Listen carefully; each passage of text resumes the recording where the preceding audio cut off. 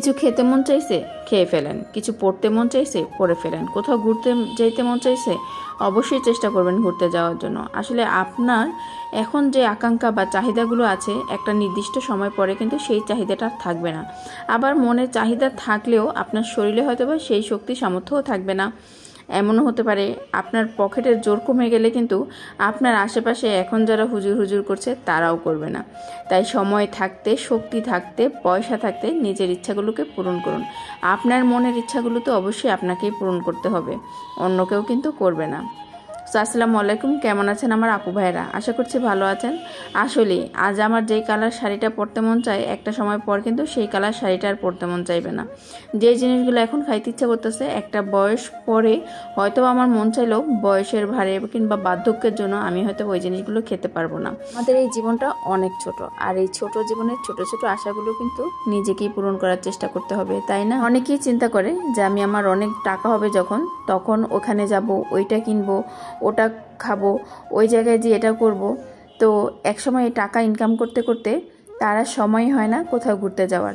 আর যখন সময় হয় তখন আর শরীরে শক্তিই থাকে না জায়গায় যাওয়ার, কিংবা ইচ্ছাটাও হয়তো বা তখন হারিয়ে যায়, তাই না? তখন শুধু বসে বসে মনে মনে এটাই ভাববে, না হারে আমি আগে কেন গেলাম না, আগে গেলেই তো পারতাম, এখন তো আর আমি চলতে পারছি না।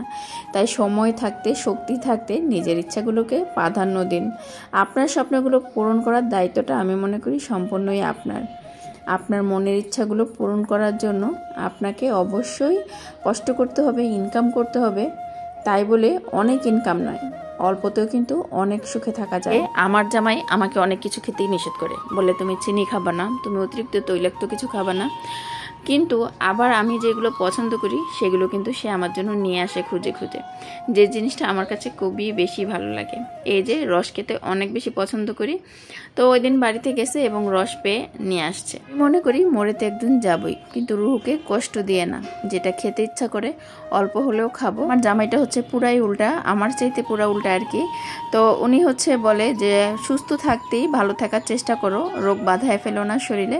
আমি হচ্ছে তারে আর উল্টা জ্ঞান দেই যে যেটা খাইতে ইচ্ছা করে সেটা খাইতে হবে, কারণ আমি তো 2 দিন পরে নাও থাকতে পারি, মরে যেতে পারি, কিন্তু আমি রুহুকে কষ্ট দিব না, আমার মনের ইচ্ছা আমি পূরণ করব। যাই হোক, এই হচ্ছে আমাদের দুজনের অবস্থা। আসলে ওনার কথাগুলো ঠিক আছে, আবার আমার কথাগুলো কিন্তু ঠিক আছে, তাই না পুরা? কারণ হচ্ছে রুহুকে কষ্ট দেওয়া আমি মনে করি একদমই দরকার নেই। অল্প অল্প আমার জামাইয়ের কথা শুনি, কারণ হচ্ছে উনি বলে বাইরের জিনিস খাবা না, তো বাইরের জিনিসই আমি হচ্ছে ঘরে বানায়, নিজের হাতে বানিয়ে খাওয়ার চেষ্টা করি।